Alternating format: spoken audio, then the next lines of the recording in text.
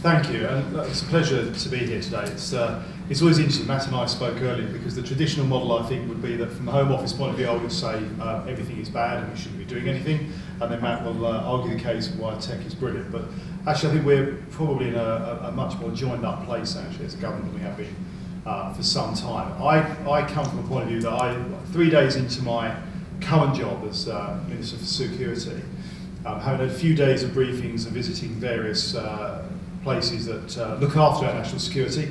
I went home and my wife said to me, is there anything we need to know? That I know you can't talk about much of what you do, is there anything I should know? And as I've got a 16-year-old daughter, I said, yes, take her mobile phone away, block her from the internet and don't leave the house. So I've progressed a little bit since then on a more serious note.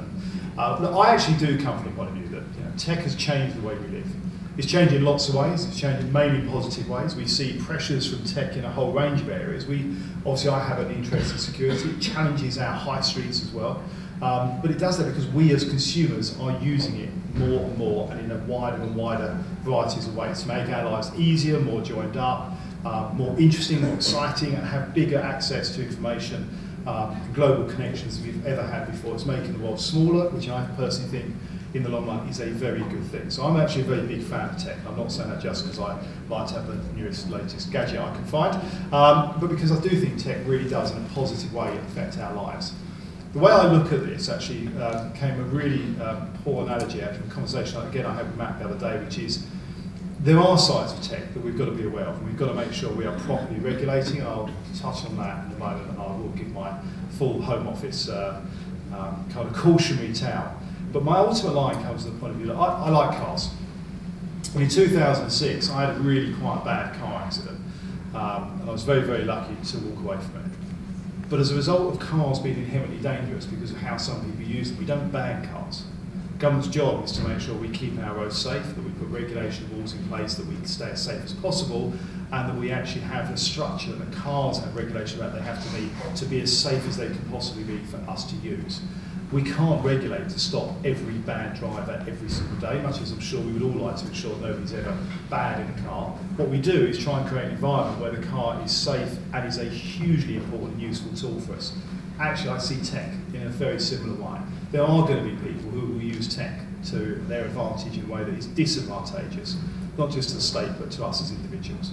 Our job, and my job, is to make sure that we limit that and we do everything we can to prevent that from having a bad impact on our lives. And that does matter. So if you're here today, I'm sure you've got a big enough interest in this to be aware of this, but the work we do with the tech companies and working in partnership with them does make us safer. Facebook in 2018 alone removed 23 million pieces of data and information from Facebook that were related to Daesh or ISIL. They removed over 9 million pieces of information related to child pornography. Twitter removed something like 350,000 pieces of extremism and over 450,000 accounts related to child pornography.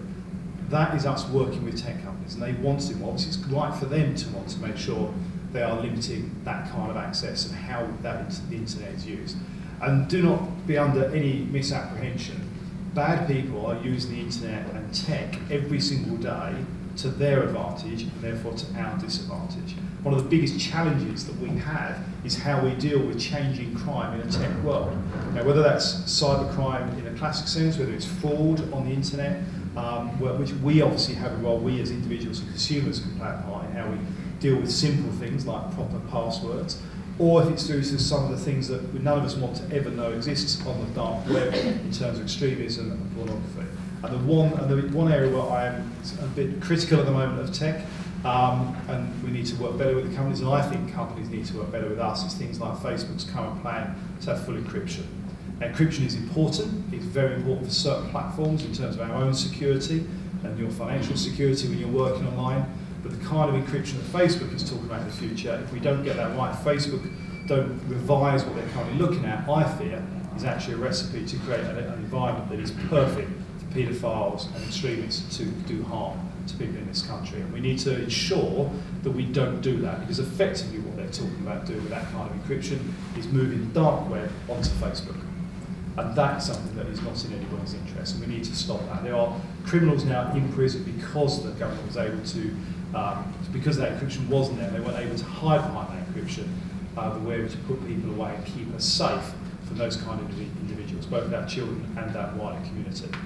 On the flip side, though, tech companies do work very well with us. As I say, they've removed all of those millions of pieces of information.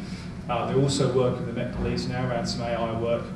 It means we can quicker deal with issues like the tragedy we saw in Christchurch with single-person shooter situations. That's a really big step forward, and we need to do much more of that, working with those companies. But it is a two-way thing, and I think we shouldn't be afraid of holding up that point that there is a duty for those companies, not just to their clients in terms of giving us as customers the assurance that these things are encrypted, but also that wider duty of care to us as a community. They are going to run things in a way that means that we can ensure that we stay safe and we protect the most vulnerable in our society. So at the end of the day, I come to that, as I say, that wider conclusion. I think tech is a very good thing. I want to see more of it. I think it benefits us all in our everyday lives. We've just got to make sure that we get the regulations right, and actually, ideally, those companies are productive enough in their working partnership with us in government, and actually globally, governments around the world, to ensure we need as little regulation as possible, because they follow through with their duty of care to make sure that we can keep all of us safe. I'll stop there. Thank you very much.